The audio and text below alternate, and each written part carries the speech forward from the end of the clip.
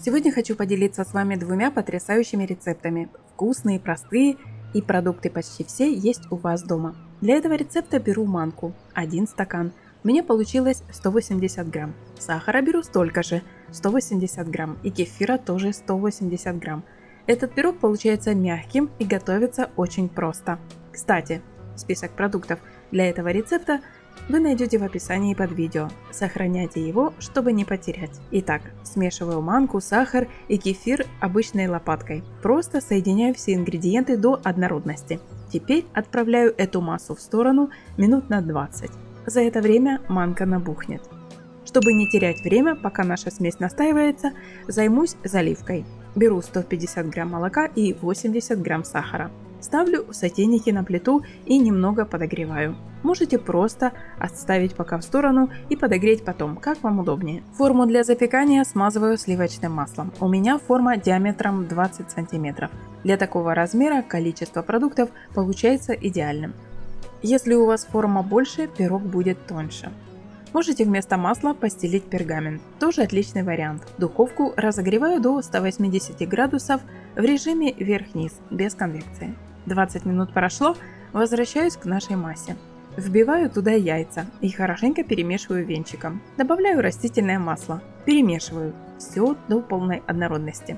Теперь добавляю просеянную муку с разрыхлителем. Просеивайте муку. Это насыщает ее кислородом, и выпечка получается более воздушной. Добавляю постепенно и аккуратно вмешиваю. Не нужно долго мешать. Как только мука соединится с остальными ингредиентами, хватит.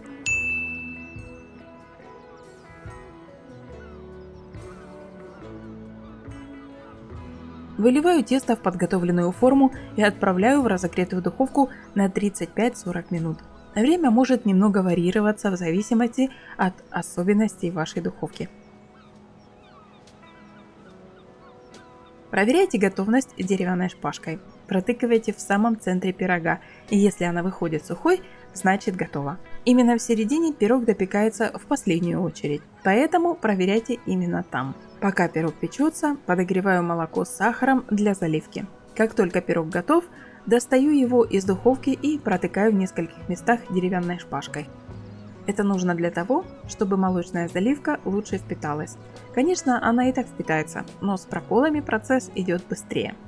Заливаю горячим молоком наш готовый пирог. Сверху блестящая корочка, а внутри мягкий воздушный пирог. Важный момент. Сам пирог уже сладкий, плюс сахар в заливке. Если вы не любите очень сладкие десерты, регулируйте количество сахара в заливке по своему вкусу. Можете вообще залить просто молоком без сахара, тоже будет очень вкусно. Этот пирог прекрасно сочетается с джемом, медом, любым вареньем.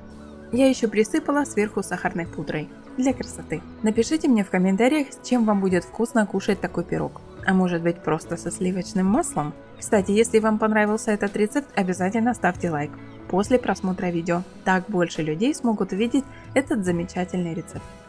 Следующим будем готовить ароматный маковый кекс в духовке.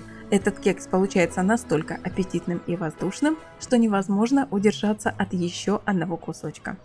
Готовится он очень быстро, поэтому сразу можно включать духовку на 170 градусов.